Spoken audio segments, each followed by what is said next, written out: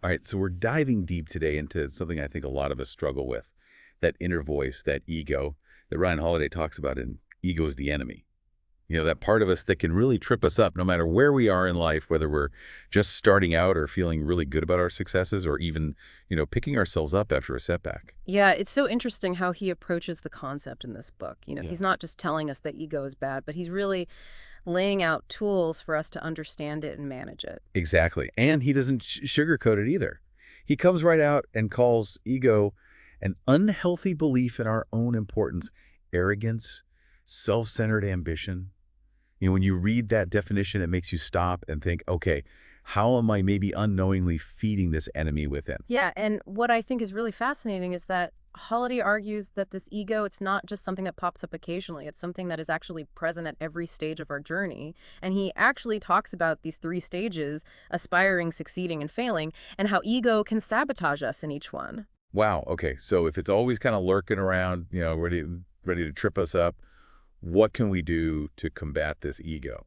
Well, Holiday offers some pretty powerful antidotes. He highlights three key traits we should be cultivating: humility, diligence, and self awareness, which I think is a bit of a shift from what we normally hear, right? Yeah. We always hear talent and skill are the most important. Totally. It's also like he's saying those things matter, but without humility, diligence, and self-awareness, you're basically fighting an uphill battle with yourself. Exactly. He says, what is rare is not raw talent, skill, or even confidence, but humility, diligence, and self awareness. Which, when I read that, I was like, that's a really good point. It is. It's a really good point. So it sounds like it's more about kind of looking inward than seeking that validation from external sources. Right. Exactly. Now let's get into some of the actual strategies from the book because he gives us a lot of really practical stuff to work with. And one that I think is super relevant to you with your focus on personal growth is maintain your own scorecard. Oh, yeah, that's the one I was really curious about. What does that actually look like in real life? So it's really about defining success based on your own values and your own progress, not on comparing yourself to others. It's about running your own race, right? And, think about your own goals for a second. Do you ever find yourself getting sidetracked by what other people are doing, especially on social media? Oh, all the time. Yeah, It's so easy to get caught in that comparison trap, and it can be so distracting and discouraging. exactly. So Holiday's reminder to maintain your own scorecard, it's really a reminder to focus on what truly matters to you, to measure your progress against your own goals and not against someone else's highlight reel. Yeah, that makes so much sense. It's about, creating your own definition of success rather than letting other people or, external factors dictate it for you. Exactly. Right. Another strategy that I think is super powerful is don't fake it till you make it.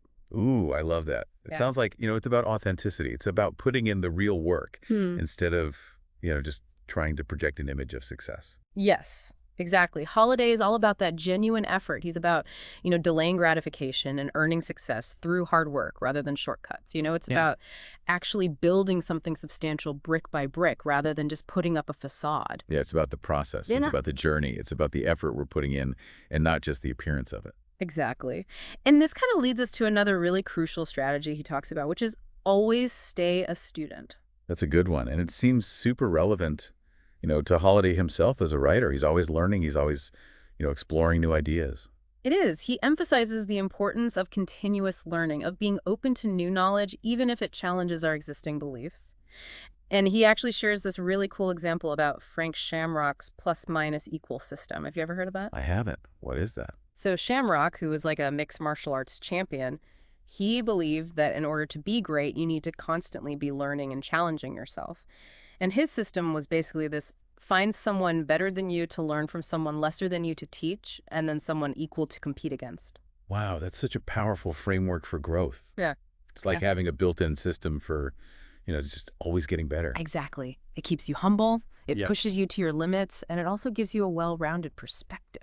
Yeah. So instead of getting comfortable, you're always striving. Hmm. You're always trying to learn. You're always growing. Exactly. Now, this next one might seem a little counterintuitive, but it's actually one of the most interesting ideas in the book, in my opinion. The Trap of Passion Holiday actually suggests that unbridled passion can actually be a bad thing. Wait, really? How can passion be a bad thing? Isn't that what drives us?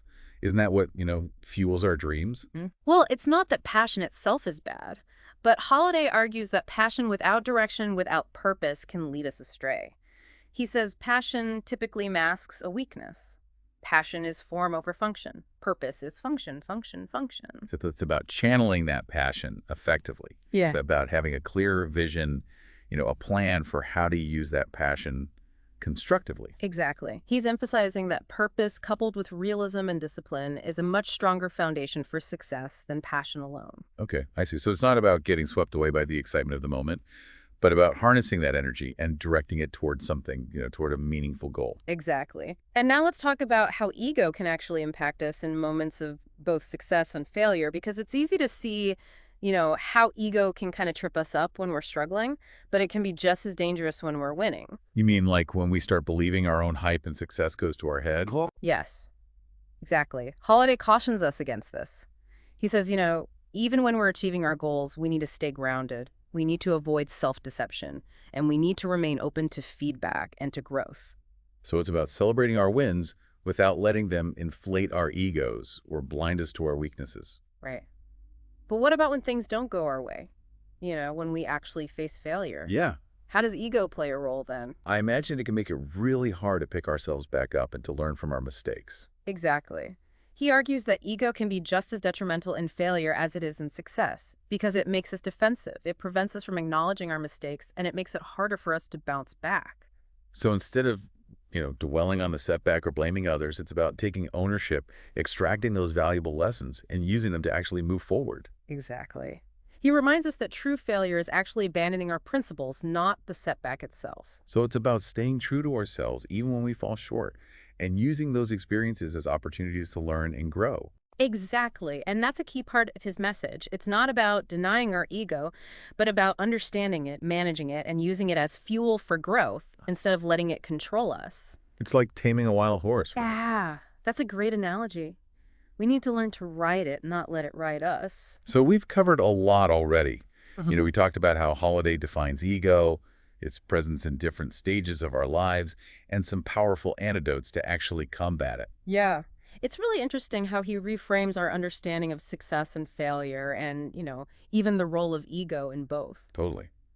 It's a lot to unpack, but it feels like we're just scratching the surface. We are. There's so much more to explore in terms of the practical strategies and insights he offers in this book. Well, I'm ready to keep diving in. Let's Yeah. explore those strategies and see how we can actually apply them to our own lives. So, one of the strategies that we touched on earlier that I keep thinking about is that maintain your own scorecard. It's such a simple concept, but I think it's so powerful, especially in today's world. We're constantly bombarded with everyone else's highlight reel. Oh, totally. Yeah. It's so easy to get caught in that comparison trap, especially on social media. Yeah. Everyone just seems to be crushing it, living their best lives, and it's so easy to start feeling like you're not doing enough. Exactly. But you have to remember, those are just snapshots, right? Those are curated moments. They're not the full picture. Everyone faces challenges and setbacks, even if they don't share them online. That's true. So how do we actually stay focused on our own progress when we're, constantly exposed to that kind of filtered reality? That's where I think that maintain your own scorecard comes in, because it's really about defining success on your own terms based on your values, your goals, your progress. And, what are some things that you personally consider to be markers of success? Yeah, that's a good question. Um, I think for me, it's about feeling like I'm constantly learning and growing both personally and professionally. It's about feeling challenged and engaged in my work and, making a positive impact on the world around me. Those are great markers. And it sounds like you already have a pretty solid internal compass guiding you. But even with that clarity, right? Even when we know what matters to us, it can still be so easy to get swayed by that external noise. Oh, absolutely. I'm definitely not immune to that. No, none of us are. But that's why I think Holiday's reminder to maintain your own scorecard is so important. It's a constant practice. It's a conscious effort to filter out the noise and just stay focused on what truly matters to us. Yeah. You mentioned earlier that this strategy, connects really well with don't fake it till you make it. I'd love to dig into that a little more. Absolutely, because I think that, it's really about recognizing that true success comes from genuine effort. It comes from putting in the work, and it comes from earning our achievements rather than, trying to shortcut our way to the top. Yeah. It's like there's this pressure these days to always project an image of success, to have it all figured out. Right. And social media, I think, really amplifies that. But Holiday reminds us that true fulfillment comes from the process. It comes from the journey. It comes from the effort that we invest in pursuing our goals. So it's about building something real, building something sustainable, Mhm. and not just chasing, external validation. Exactly. It's about making it so you don't have to fake it. I love that. And that kind of reminds me of the other strategy that we talked about, which is always stay a student. It seems like continuous learning is such a key theme throughout the book. It definitely is. Holiday is a huge advocate for, lifelong learning, for cultivating curiosity, and for always being open to new knowledge and new perspectives. And he actually reminds us that, even when we think we've made it, there's always more to learn. And that's so important, especially, in today's world. Things are changing so rapidly, and we need to be adaptable. We need to be open to new ideas and willing to, constantly evolve. Exactly. And remember, Frank Shamrock's plus minus equal system. It's such a brilliant framework for continuous learning and growth. It is. It's a great reminder that we always have something to learn from other people, whether they're more experienced than us, less experienced, or at a similar level. Exactly. It keeps us humble, it challenges us to step outside of our comfort zones, and it gives us that balanced perspective. Now, I'm curious to hear a little bit more about your thoughts on the whole trap of passion, because it's such a counterintuitive concept, and I'm still trying to wrap my head around it. It is thought-provoking, but when you really think about it, it makes sense. Because passion can be an incredibly powerful driving force, but it can also be impulsive and short-sighted. So it's about harnessing that passion, Yeah. channeling it effectively, and really grounding it in, a solid foundation of purpose and realism. Exactly. And Holiday makes this really clear distinction between passion and purpose, right? Because Yeah. passion's often about the form. It's about the excitement, the energy, the enthusiasm, whereas purpose is about the function, the why, the how, and the what. And he's basically saying that purpose coupled with realism and discipline is a much stronger foundation than passion alone. Yes, because purpose gives us that clear direction. It gives us that guiding star that helps us navigate the inevitable challenges and setbacks we're going to encounter along the way. Okay, so it's not about denying our passions, but about channeling them in a way that aligns with our purpose, with our values. Exactly. Now let's kind of shift gears a little bit and talk about how ego can actually show up in moments of both success and failure. Because, earlier we were talking about how success can sometimes inflate our egos and blind us to our weaknesses. Mhm. And, Holiday reminds us that even when we're achieving our goals, we need to stay grounded, we need to avoid complacency, and we need to remain open to feedback and to growth. So it's about, celebrating our wins, but not letting them go to our heads. Exactly. It's about recognizing that success is not a destination. It's a journey. It's a constant process of, learning and evolving. And on the flip side, we were also talking about how ego can make it really difficult to deal with failure, to learn from our mistakes and to bounce back. Yeah, ego often makes us defensive. It prevents us from taking ownership of our failures and from extracting those valuable lessons from them. So instead of blaming others or making excuses, it's about, acknowledging our mistakes, learning from them, and using those experiences to fuel our growth. Exactly. Holiday reminds us that, true failure is actually abandoning our principles, not the setback itself. So it's about staying true to ourselves even when things get tough and using those challenges as opportunities to learn and evolve. Exactly. And this brings us back to one of the core themes of the book, right? Managing ego is not about denying it or eradicating it. It's about understanding it. It's about working with it and channeling it effectively. It's like having this really powerful engine, but one that needs to be, carefully maintained and directed. I love that analogy. It's about learning to harness the energy and the drive of ego while, mitigating those negative tendencies. So being aware of its influence on our thoughts, our actions, our decisions, and making conscious choices to, keep it in check. Exactly. And that's where all of these practical strategies that we've been talking about really come into play, right? Right. Maintaining our own scorecard helps us stay focused on our own progress and, avoid that comparison trap. Don't fake it till you make it. Mhm. Encourages us to actually put in the real work and to earn our achievements through genuine effort. And always stay a student reminds us to, cultivate that humility, that curiosity, that open mind, and to always be seeking to learn and grow. Exactly. It's about creating a system of checks and balances that helps us, navigate the challenges of life with a healthy dose of self-awareness and humility. And it seems like managing ego, it's not just about, achieving that external success, but also about cultivating a sense of inner peace and fulfillment. That's a great point. I think Holiday's message really goes beyond just mere achievement. It touches on character development, ethical decision-making, and really living a life of purpose and integrity. So it's about striving for excellence, not just in our work, but in all aspects of our lives. Absolutely. Now, something else that I thought was really insightful in the book was Holiday's advice on dealing with other people, especially those who might trigger our egos. That's a big one. We all encounter, those people who just rub us the wrong way or challenge our beliefs or, seem to be living proof that the world isn't always fair. How do we handle those interactions without letting our egos get the best of us? It's definitely a challenge we all face. And Holiday, he emphasizes the importance of understanding that other people's actions are often driven by their own insecurities, their fears, their ego-driven motivations. So it's about recognizing that, we're all kind of fighting our own battles, and extending compassion and empathy can actually go a long way in diffusing conflict. Exactly. It's about trying to see the world from their perspective, even if we don't necessarily agree with their actions or their beliefs. I love that. It's about shifting our focus from judgment to understanding. Exactly. And this ties in with the idea of maintaining our own scorecard, right? Totally. It's about focusing on our own journey and not getting caught up in trying to change other people or control them. Exactly. Holiday reminds us that, our energy is best spent on our own growth and development, not on trying to win arguments or prove other people wrong. But what about, when we encounter people who are genuinely toxic or harmful?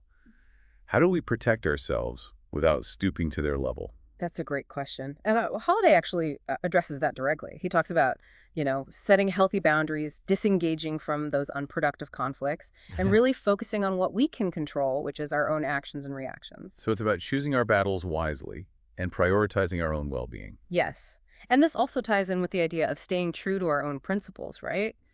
If we're really clear about our values and our boundaries, it makes it easier to kind of navigate those challenging situations without compromising our own integrity. And I think as we've been talking about all these strategies for managing ego in our interactions with others, it's clear that self-awareness is really the foundation of it all. Absolutely. Without self-awareness, we're basically operating on autopilot, right? We're reacting to situations based on unconscious biases and patterns. So it's about taking that time to reflect on our thoughts, our feelings, our motivations, understanding, what our triggers are, and developing that capacity to actually observe ourselves objectively. Exactly. It's about cultivating that inner observer who can help us make conscious choices rather than just, reacting to that external stimuli. Right. And that's where practices like mindfulness and journaling and seeking feedback from, trusted sources can be so helpful, right? Absolutely. Those practices help us develop a deeper understanding of ourselves, which is essential for managing ego effectively.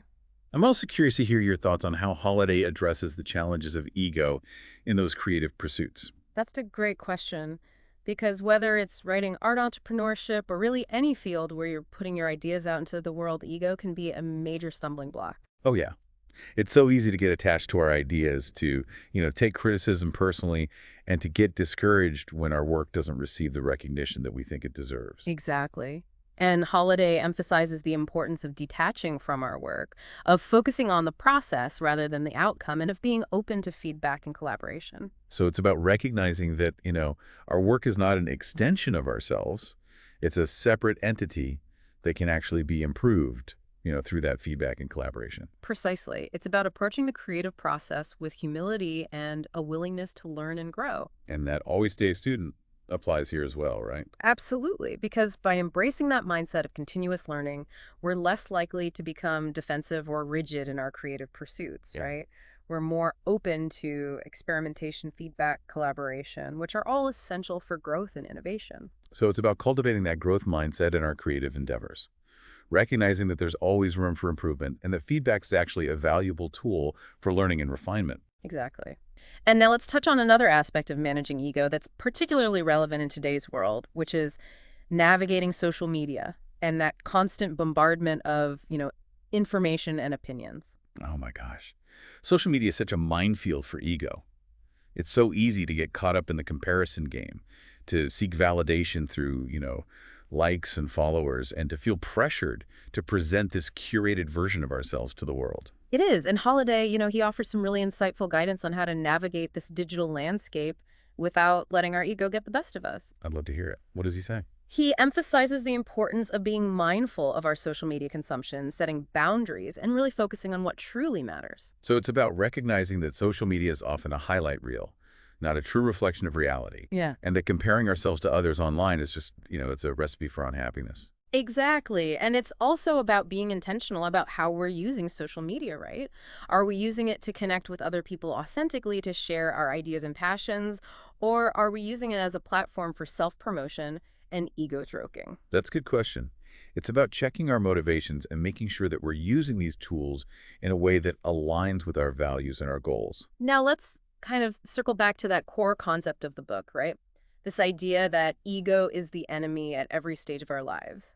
And we've talked about how it can sabotage us in aspiration and success and in failure. Right. But what about those times when we're just kind of coasting? When things are going relatively well and we're not actively pursuing, any major goals. Is ego still a threat then? That's a great question. And Yeah. Holiday actually addresses this. He argues that ego is always lurking, ready to pounce when we least expect it. So it's like a sleeping dragon that we need to be constantly vigilant about. Exactly. Even when we're not actively striving for something, ego can manifest in subtle ways like complacency or entitlement or a resistance to change. So it's about maintaining that healthy dose of self-awareness even when things are going smoothly and continuing to cultivate those virtues that help us keep ego in check. Absolutely. And remember, Holiday reminds us that ego thrives on comfort.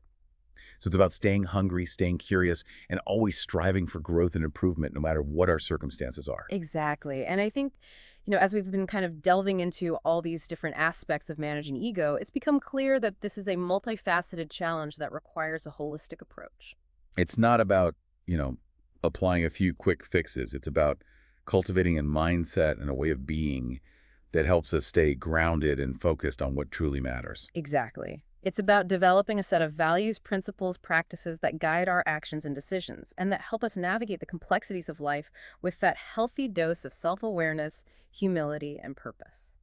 And one of the things that really struck me about Holiday's book is this emphasis on long-term thinking, right? It's not about those quick fixes or that instant gratification. It's about actually building something meaningful and lasting. Yes. He reminds us that true success is often the result of, sustained effort, dedication, and a willingness to delay gratification. So it's about playing the long game, focusing on building that solid foundation, and trusting that the results will come. Exactly. Now, let's kind of shift gears a little bit and talk about the role of mentors and role models in managing ego, because Holiday really stresses the importance of surrounding ourselves with people who can guide us, support us, and challenge us to be our best selves. It's like having a team of advisors, Yeah. to help us navigate those challenges of life and, just keep us on track. Yes. And he emphasizes, the importance of seeking out mentors who embody the values and qualities that we admire. So it's not just about finding someone who's successful, but finding someone who's aligned with our vision and who can help us grow in the areas where we need it most. Exactly. And he also reminds us that mentors can come in many forms, right? It's not just, that person that we meet with regularly. It can be books, it can be historical figures, it can be teachers, colleagues, friends. So it's about being open to learning from a variety of sources and recognizing that wisdom can really be found in unexpected places. Now, let's talk about another really powerful antidote to ego, and that's gratitude. Holiday stresses the importance of cultivating a sense of appreciation for what we have, for the people in our lives, and for the opportunities that come our way. Oh, gratitude is such a powerful emotion. It shifts our perspective from scarcity to abundance, from entitlement to appreciation. It does, and Eh, it's such a direct counterpoint to ego, which often focuses on, what we lack, what we haven't achieved, or what other people have that we don't. So it's about, cultivating that practice of gratitude, taking the time to appreciate all the good things in our lives, no matter how small they may seem. Exactly. And it can be simple, right? It can be keeping a gratitude journal, expressing appreciation to the people we care about, or just, taking a few moments each day to reflect on the things we're thankful for.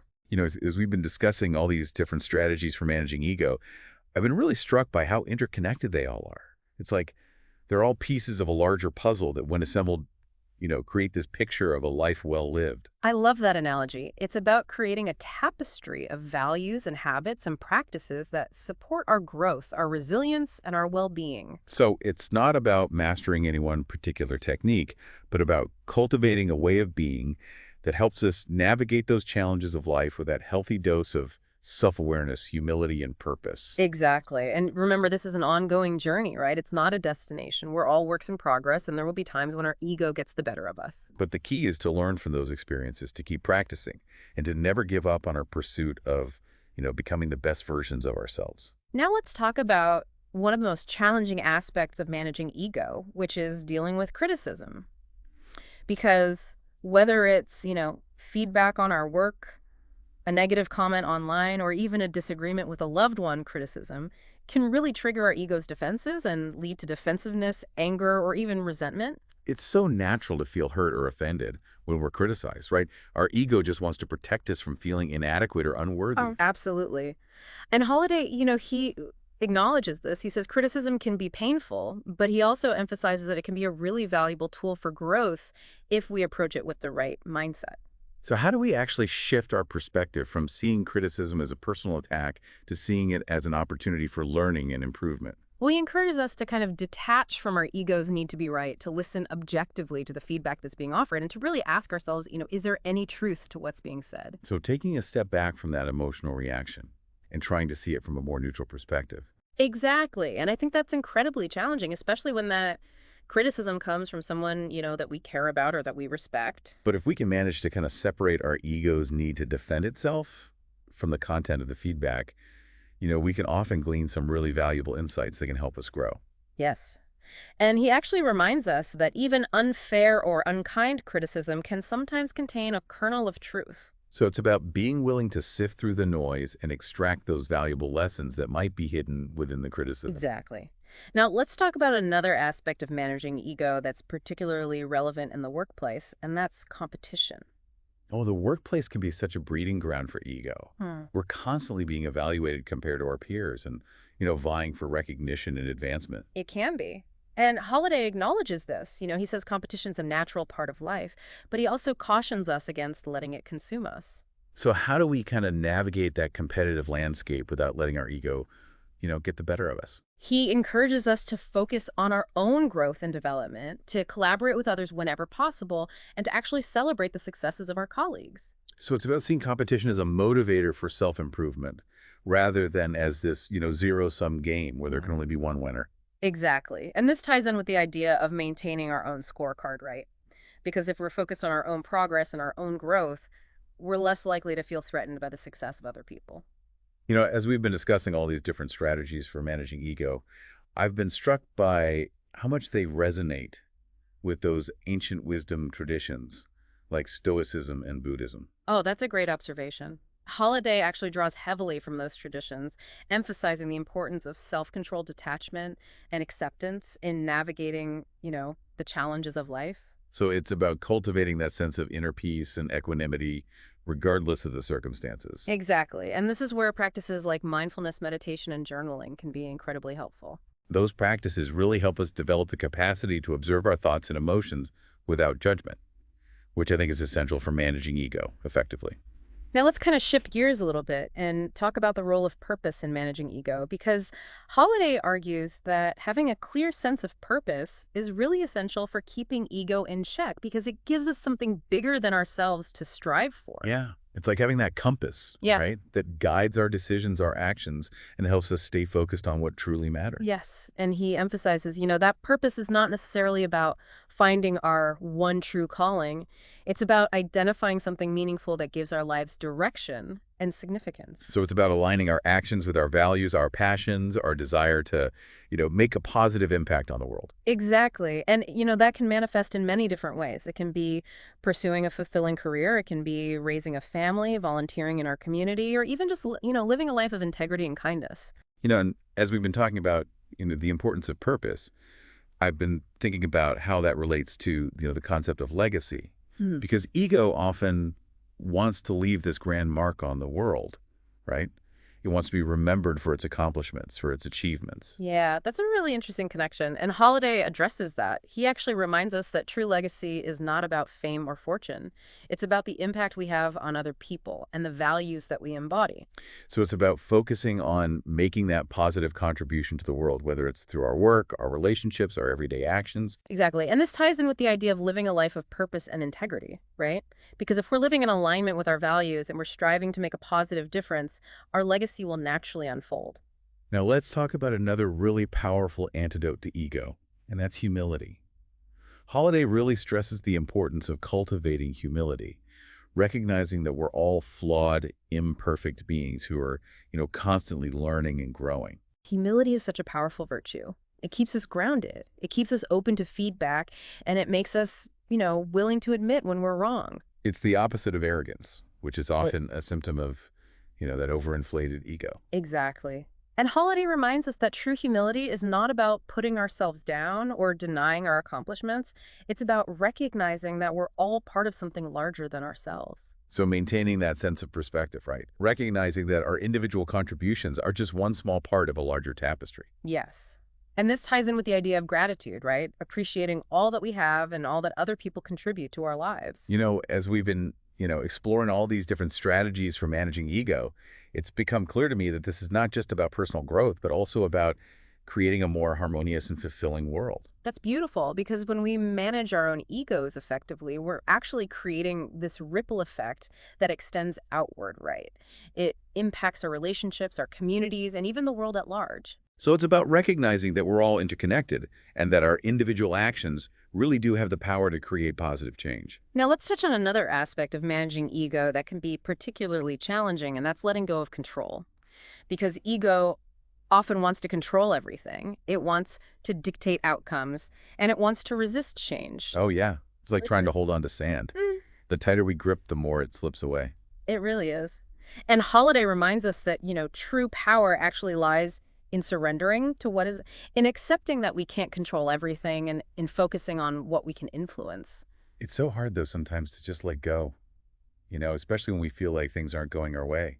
Yeah. Like we want to force the pieces to fit, even when they don't. It's definitely a struggle, but, clinging to control only creates more resistance and more suffering. So it's about kind of shifting our focus from trying to force things to happen to aligning ourselves with that natural flow of life. Exactly. And this doesn't mean becoming passive or giving up on our goals. It just means recognizing that there are forces beyond our control and that sometimes the best course of action is to just let go and trust the process. That reminds me of something we were talking about earlier, this whole idea of self-compassion.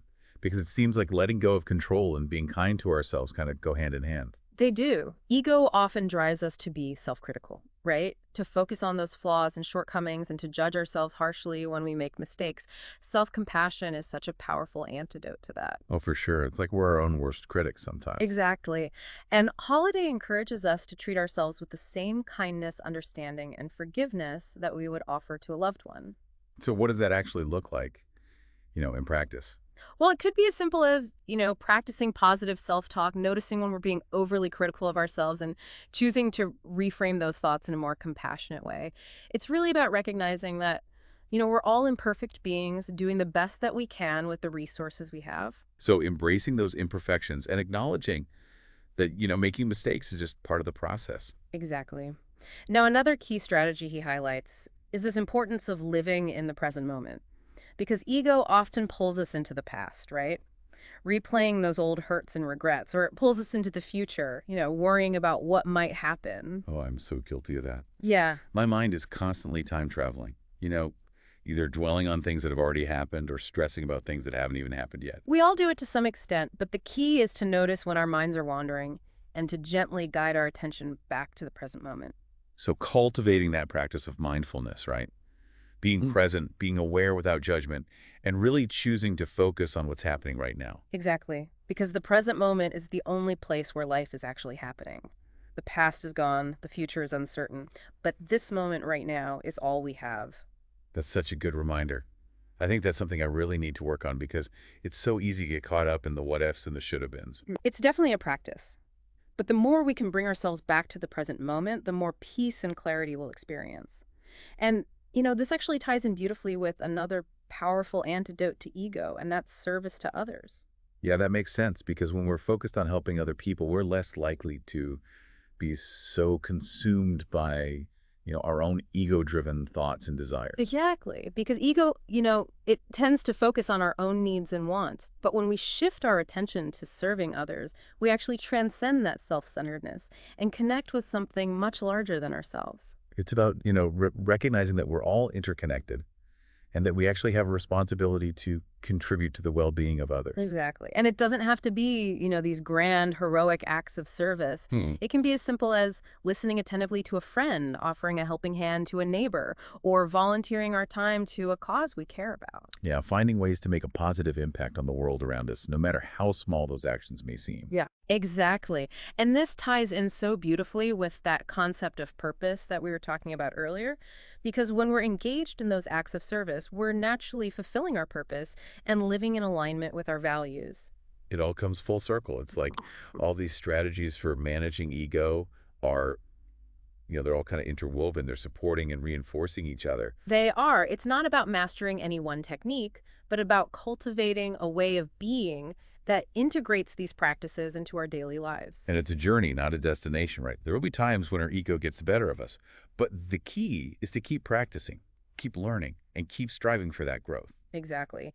Now, one last strategy I wanted to touch on is the importance of embracing vulnerability. That's an interesting one. It seems counterintuitive to think that embracing vulnerability could actually help us manage our egos. It does. Yeah. But ego often wants to protect us from feeling vulnerable, right? It wants us to project this image of strength and invincibility. But Holiday reminds us that true strength actually lies in letting down our guard and allowing ourselves to be seen and known for who we truly are. So it's about, recognizing that vulnerability is not a weakness, but it's actually a sign of courage and authenticity. Exactly. And this can be really challenging, in a world that often values stoicism and self-reliance. But when we allow ourselves to be vulnerable, we actually create space for deeper, more meaningful connections with other people. It's about being open and honest about our struggles, our fears, our imperfections. Exactly. And this ties in with that idea of self-acceptance, right? When we're able to embrace our vulnerability, we're also more likely to accept ourselves, for who we are, flaws and all. It's about recognizing that we're all worthy of love and belonging, regardless of our imperfections or past mistakes. Well, I think we've covered just about everything in this deep dive into Ego is the Enemy. We explored how Holiday defines ego, its impact on our lives, and really a whole range of strategies for managing it effectively. It's been such a great conversation, and I hope our listeners, feel empowered to actually apply these principles to their own lives. Me too. It's all about recognizing that ego is this powerful force that can either sabotage us or propel us forward, depending on how we choose to work with it. Exactly. It's about choosing to become the master of our egos rather than letting them master us. Well said. So on that note, I think it's time to wrap up this deep dive into Ego is the Enemy. I hope you found this conversation helpful and inspiring. Me too. And, this is a book that has the potential to really transform your life if you're open to its message. So to our listener, if you're ready to take on that challenge of conquering your ego, I highly recommend diving into Ego is the Enemy and, exploring its wisdom for yourself. And remember, it's a journey, not a destination. Be patient with yourself, celebrate your progress, and never stop striving for growth. Thanks for joining us on this deep dive, and we'll catch you next time for another insightful exploration of ideas that matter.